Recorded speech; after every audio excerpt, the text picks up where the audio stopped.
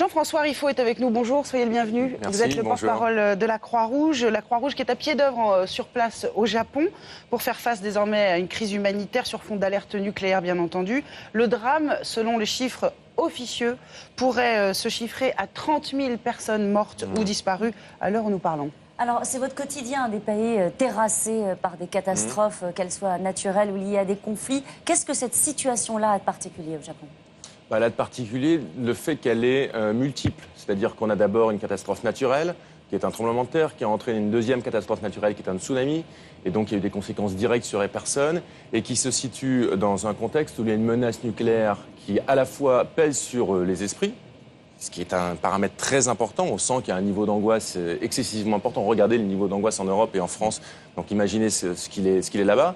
Et qui aussi empêche un certain nombre d'actions d'être menées, et au surplus rajoute des personnes déplacées, en plus des personnes déjà déplacées du fait du tsunami. Donc en gros, si vous voulez, cette zone d'exclusion qui est autour de la centrale, qui est en gros de deux niveaux, il y a 20 km et ensuite une deuxième zone sur un rayon de 30 km, a amené les personnes qui vivaient dans cette zone de 20 km d'être déplacées.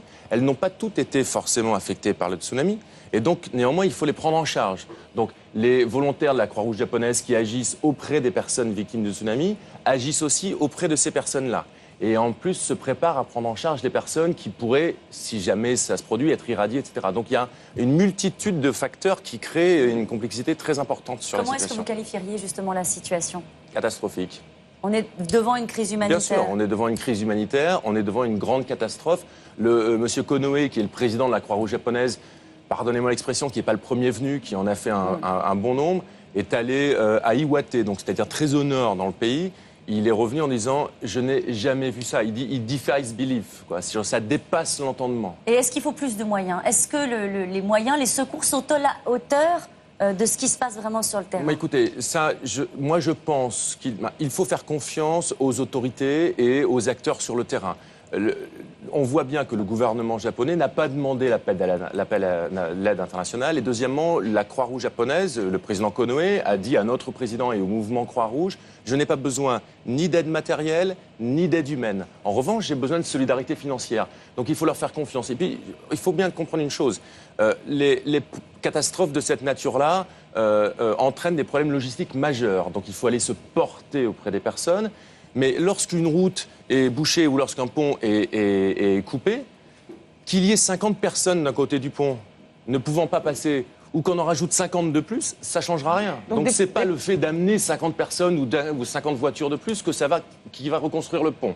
Donc il faut aujourd'hui faire confiance aux responsables de l'État japonais, et en l'occurrence également de la Croix-Rouge, qui sont des professionnels, qui connaissent leur métier.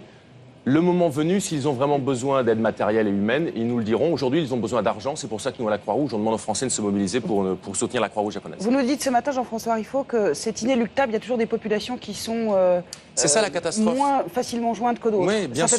Alors après, il ne faut pas que ça dure trop, on est bien d'accord. Et c'est toujours difficilement acceptable. Ça fait en effet 8 jours. Il y a encore en effet des zones qui sont difficilement accessibles. Je pense que c'est en train de se mettre en place, mais ça fait partie, je suis désolé de le dire, de l'ordre des choses dans ces situations-là. En somme, vous nous dites que le gouvernement japonais, les autorités ne sont pas débordées.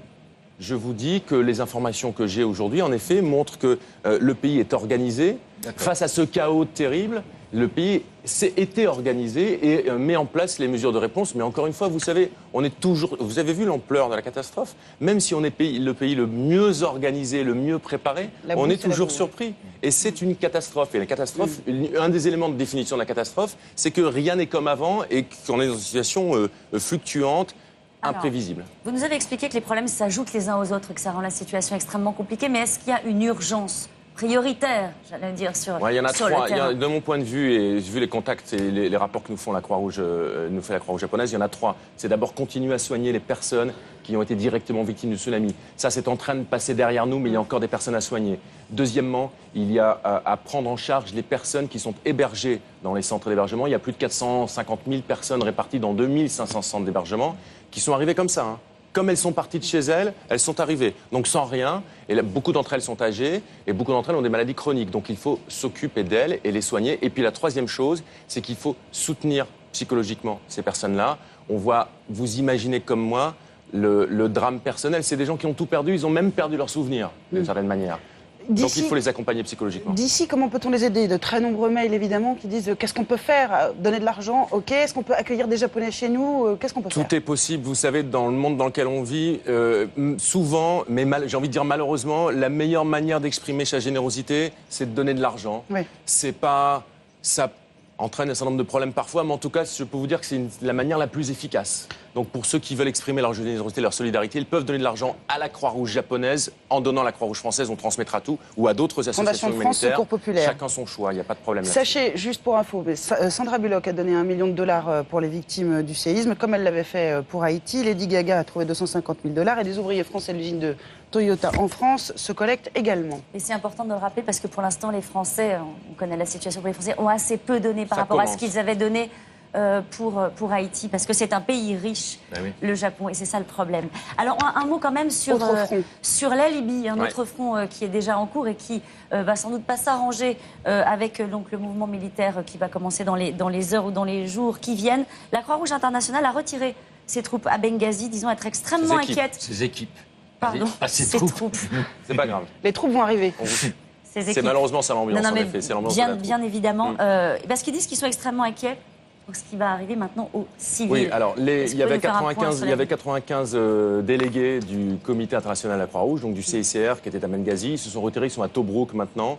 Ils ont laissé et ils soutiennent les équipes du Croissant Rouge libyen, qui ont suffisamment de matériel et de vivres pour permettre de soutenir qu'à peu près 15 000 personnes pendant un mois.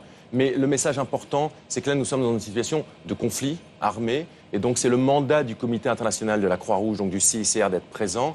Et son mandat est bien sûr de soutenir le Croissant Rouge libyen, d'une part, d'apporter de l'aide humanitaire et médicale aux personnes, mais surtout de faire rappeler les règles du droit international humanitaire. Et en l'occurrence, ces règles du droit international humanitaire, qui sont très souvent bafouées dans de nombreux pays, c'est de protéger les civils et de protéger les personnes malades et les secours. Et donc le message que passe le CICR, de manière discrète et en étant en contact avec les deux parties, c'est de respecter le droit international humanitaire. C'est un de nos mandats au mouvement Croix-Rouge. C'est ce que nous faisons, nous, Croix-Rouge française aussi. Mais là, en l'occurrence, c'est le CICR qui le fait en Libye. Léon? Oui, mais à partir du moment où c'est des civils qui se battent, est-ce que ça n'implique pas que la Croix-Rouge prend parti dans un camp, y compris militairement, contre l'autre, puisque c'est les civils libyens qui se battent contre l'armée régulière. Ce sont des civils qui se battent contre l'armée régulière.